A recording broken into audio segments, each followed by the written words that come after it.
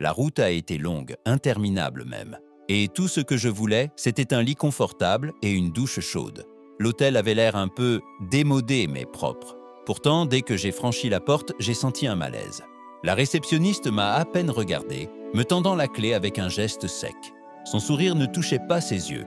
J'ai haussé les épaules, me disant que j'étais juste fatigué. En montant dans l'ascenseur, un couple s'est écarté de moi, presque collé contre la paroi comme si j'étais contagieux. J'ai essayé de leur sourire, mais ils ont fixé le sol. Étrange.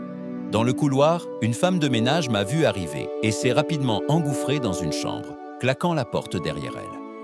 Le silence était pesant, rompu seulement par le bruit de mes propres pas sur la moquette usée. Je me suis dit que je devenais paranoïaque.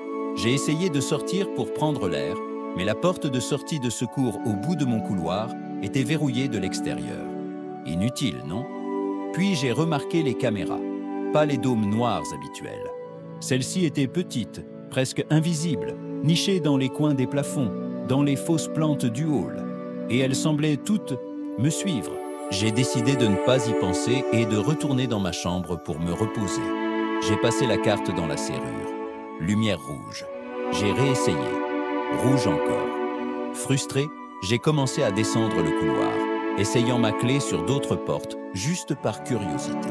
Rien. Les portes des autres chambres, les placards de service, tout était fermé. Puis au bout du couloir, j'ai vu cette porte, numéro 333. Une porte que je n'avais pas remarquée avant. Par un réflexe étrange, j'ai approché ma carte. La lumière est devenue verte. Un clic a retenti. La porte s'est déverrouillée. Mais ce n'était pas ma chambre. Pourquoi ma clé ouvrait-elle seulement cette porte? Qu'est-ce qui m'attendait derrière? Devais-je entrer?